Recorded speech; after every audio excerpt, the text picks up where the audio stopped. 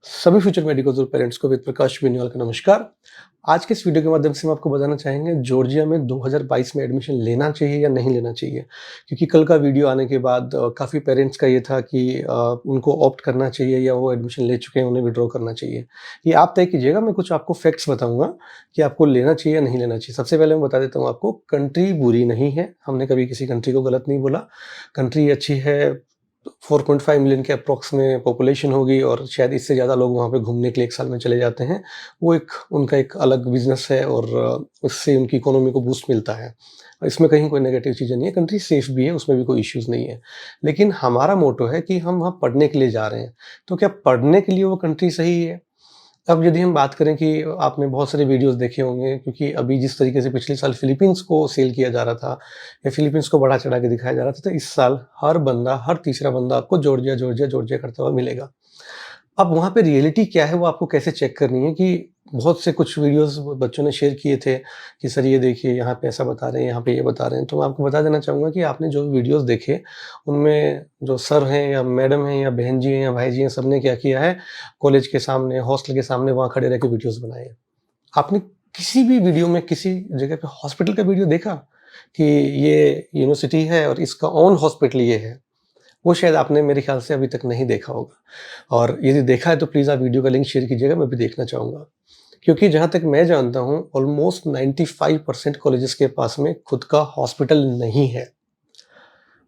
खुद का owned hospital नहीं है तो वो किसी न किसी के साथ में अटैच हो जाते हैं, या एसोसिएटेड हॉस्पिटल बोलते हैं कि हम इनके साथ एसोसिएटेड हैं और हम इनके साथ कोलैबोरेशन में हैं, इस तरीके से ये बताते हैं।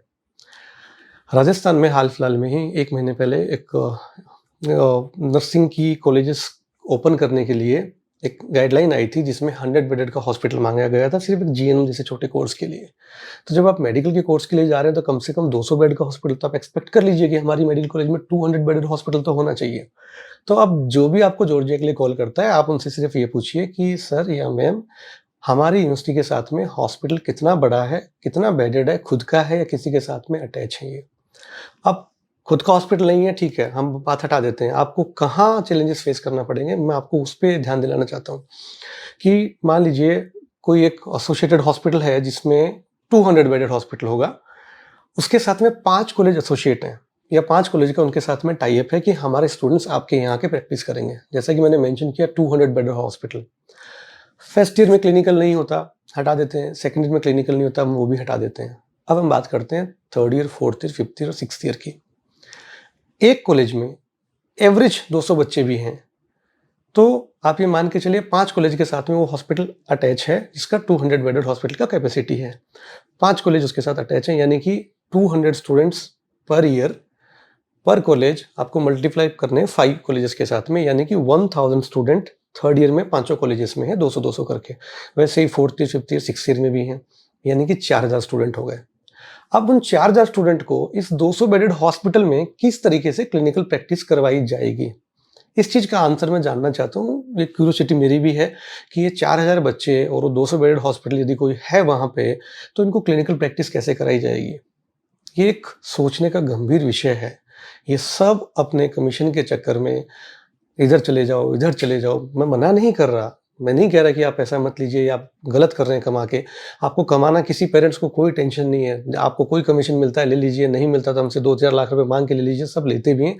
हम भी माँग के लेते हैं, कोई उसमें गलत नहीं है, क्योंकि हमारा बिज़नेस है। लेकिन हमारा काम है कि हम बीइंग ए काउंसलर हर स्टूडेंट को ग्राउंड रियलिटी बताएँ, ना कि हम हमारा प्रॉफिट देखें कि ये मुझे 10% दे रहा है, ये मुझे 15% दे रहा है, तो मैं इस स्टूडेंट को इधर पुश कर दूँ। और जो हमने आपको बताया हॉस्पिटल वाली चीज़, ये आपको उस कंसल्टेंट से पूछनी है जो भी आपको कॉल करे। और मैं श्योर हूँ कि वहाँ पे वो आपको इस तरीके से कोई जवाब नहीं दे पाएँगे जो आपको सैटिस्फाई कर पाए। क्योंकि आप सोचिए, 200 बेडेड हॉस्पिटल में 4000 लोग कैसे प्रैक्टिस करेंगे? और क्या 200 बेडेड पूरे के पूरे ही फुल होंगे वहाँ पे? और यदि एक ही हॉस्पिटल है तो आप किस तरीके से अपनी क्लिनिकल प्रैक्टिस कर पाएँगे वहाँ? और ऐसे ही वहाँ 20 कॉलेजेस हैं। मैंने तो 201 स्टैंडर्ड नंबर लिया है, लेकिन जिस हिसाब से अभी हालात दिख रहे हैं, एक कॉलेज 300, 400 बच्चे लेने के लिए तैयार है वहाँ पे। तो वहाँ हालात क्या होंगे? सेकंड थिंग, सारी सिटीज़ जो हैं छोटी-छोटी हैं, ज़्यादा बड़ी सिटीज़ नहीं हैं। आप लिविंग स्टैंडर्ड वहाँ कॉस्टली है, लाइक $400 एज़ ऑन डेट आप मान के चलिए 28-30 हज़ार रुपए।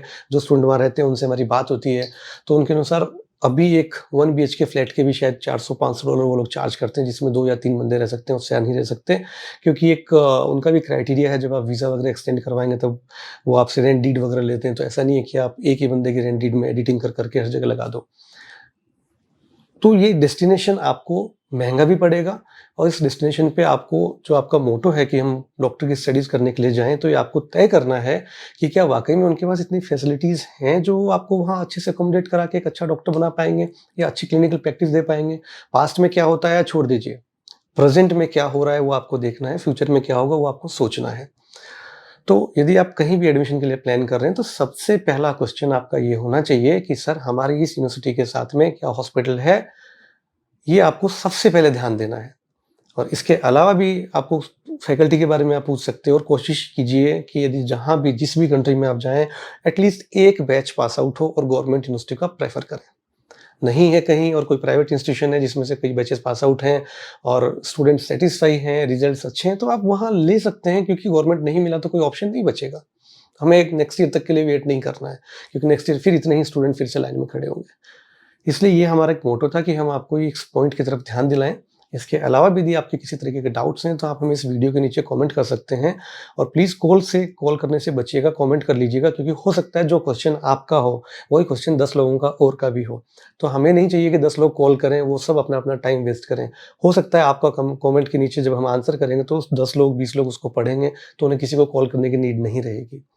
तो हम कोशिश हमेशा से करते रहेंगे कि हम आपको इसी तरीके की सही इन्फॉर्मेशन देने की कोशिश करें। इसके अलावा यदि आपको कुछ हमारे वीडियोज़ कैसे लगते हैं बताना कमेंट के ज़रिए नहीं भूलिएगा। धन्यवाद।